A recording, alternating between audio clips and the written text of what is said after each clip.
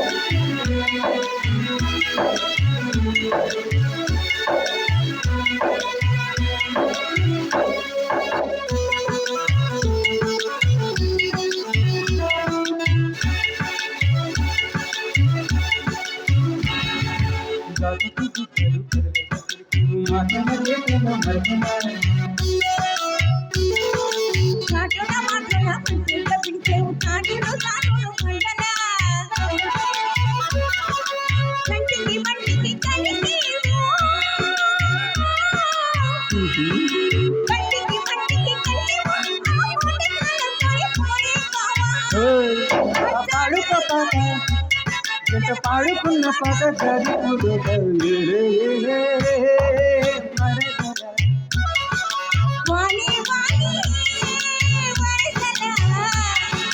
నచ్చింది నచ్చింది నీకే ఇష్టా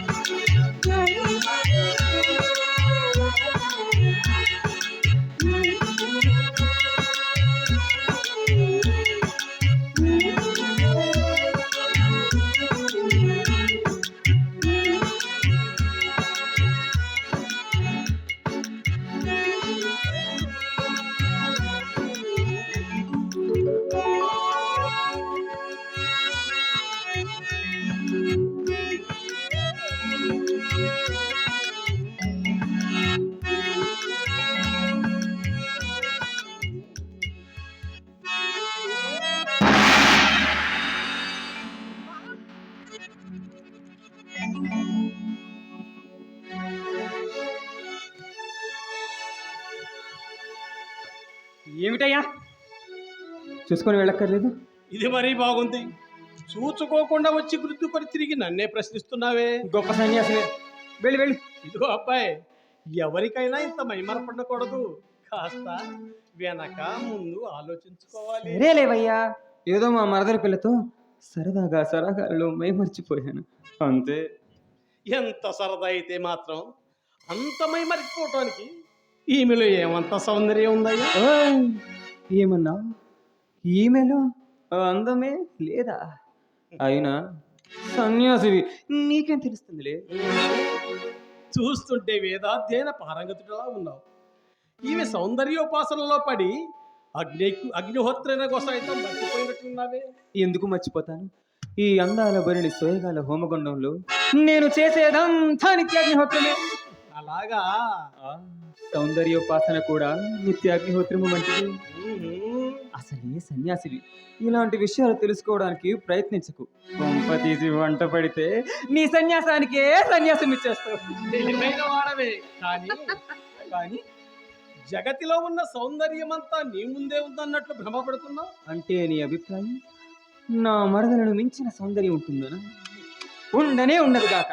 అవునులే, బావిలో ఉన్న కప్ప అదే లోకం అనుకున్నట్లు ఇదే సౌందర్యమని భ్రమపడుతున్నావు.